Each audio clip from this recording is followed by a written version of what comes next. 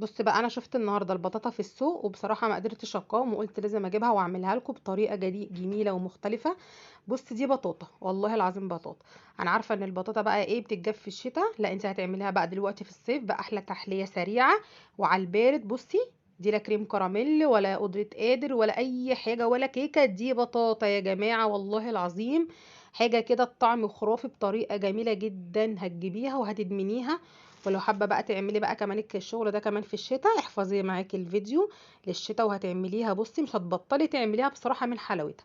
بصي هتاكليها كده وانتي واقفه، حاجه كده ما شاء الله. تعالوا نشوف مع بعض عملنا ايه. معانا هنا كيلو من البطاطا، غسلناهم وقطعناهم زي ما انتم شايفين كده وحطيناهم في حله. نزلنا بنص كوبايه من الميه كده، وهننزل باربع معالق من السكر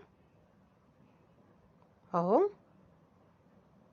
وهنحطهم على نار هاديه وهنسيبهم بقى على البوتاجاز. خلاص اهي، بصي بقى اتسلقت معانا اهي واستوت على نار هاديه، شايفين؟ هناخد بقى الميه اللي نزلت منها في كوبايه. انا عايزاكي تقومي تجربي الوصفه دي. بصي تجيبي بكره بطاطا وان شاء الله تعمليها تعجبك جدا. خدنا هنا الميه بتاعه البطاطا ونزلنا فيها على الكوبايه. خلاص هننزل هنا بمعلقه جيلاتين، معلقه صغيره، وهنقلبها في ميه البطاطا. خلاص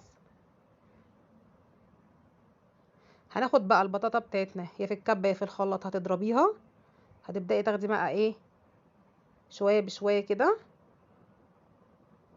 خلاص، وهننزل بكوبايه اللبن اللي انت شايفاها دي، كوبايه لبن،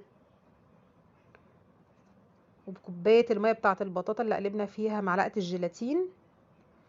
ومعانا هنا كيس كريم كراميل، هننزل بالكريمه، الكريمه الجاهزه دي اهي، هننزل بباكت الكريمه.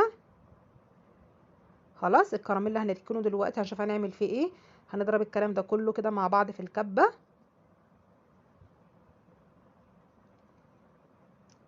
اهو. شايفين القوام بتاعها؟ هو تقيل شويه، احنا كده كده هخففه تاني باللبن لسه، عشان لسه هضرب كميات تانية. خلاص هوريكي بقى الكميه، الخليط هيبقى عامل ازاي، السمك بتاعه يعني في الاخر. وهننزل باللبن، هنبدأ نضربه اهو. كملي بقى معايا الفيديو للنهايه وان شاء الله هيعجبك. اهي بص، هنرجع بالحله بقى على النار، شايفين القوام بتاعه؟ هنحطه كده على النار وهنسيبه لغايه ما يبدا يبكبك كده بالطريقه اللي انت شايفاها دي. شايفين اهو ابتدى يبقلل معانا. خلاص هنشوف بقى هنعمل ايه. هناخد بقى كيس الكريمه وهننزل فيه بالقالب بتاعنا. عايزه تحطي في اطباق اي حاجه حطي الموجود عندك حطيه. انا هنا حطيته في القالب الكبير ده بتاع الكيكه. خلاص هنحط نوزع الكريمه الكراميل. هننزل بقى بالبطاطا بتاعتنا اهي بالطريقه اللي انت شايفاها دي.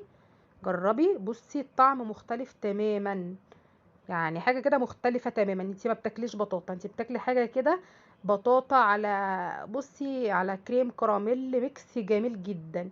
خلاص انا فاضت مني بطاطا فحطيتهم في القلبين الصغيرين دول، هنحطهم في التلاجة لمده ساعه وارجع اوريهولكم تاني لما تجمد. خلاص بص اهي احنا دخلناها في التلاجة شويه لغايه ما مسكت معانا كده. هقلبها معاك اهو، بسم الله. انا كنت محتاجه اسيبها شويه كمان في التلاجة، بس اهي بص الشكل بسم الله ما شاء الله. ايه رايكم بقى؟ بصي يعني بجد والله اللي يشوفها مش هيقول ان هي دي بطاطا. ايه رايك بقى؟ لو عجبك بقى الفيديو ما تنسيش تحط اللايك.